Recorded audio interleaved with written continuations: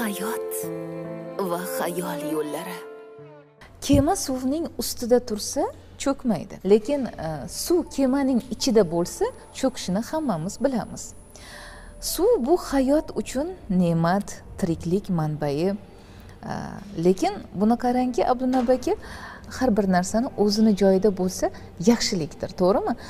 Siz nima deb o'ylaysiz? Bugungi kunda bu hayot yo'llarida nimani o'z joyida turgani yaxshi?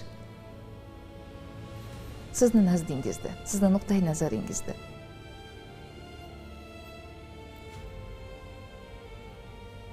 Savol juda murakkablashib ketdi-da. Mening nazarimda siz kutgan javobni men ayta olmasman bu holatda. Siz o'zingizning fikringizni aytavering. Men nimanidir kutishim shart emas.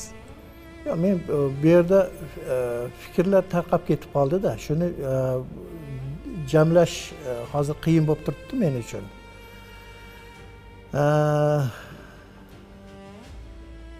Shu savolingizga men javob bera olmadim desam nima deysiz?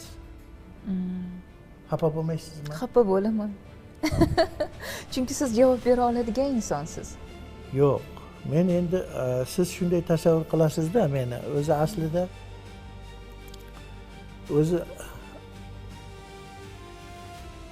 unday bo'lmasligim ham mumkin.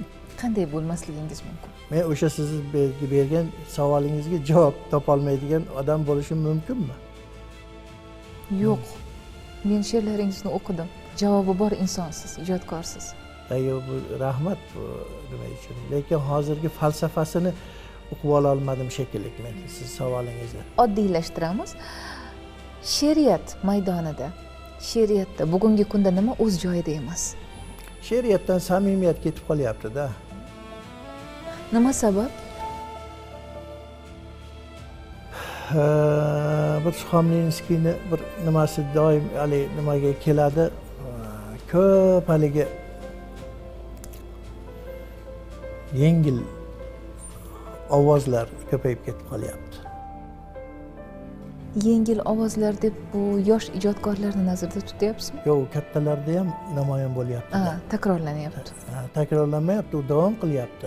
Xomeyniskiy aytadi, vatan, vatan deb deb ko'krakka uravergan bilan nima qilmaydi. Vatanni sevadigan bo'lsang, sen indamaygina o'sha vatanni qudratli qilish uchun, o'sha vatanni kelajagi uchun bir samimiy mehnat qil.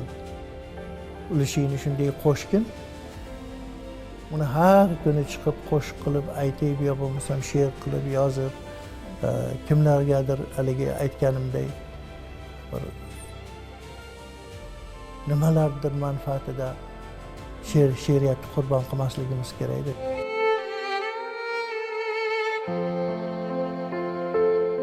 Hayot va xayol yo'llari.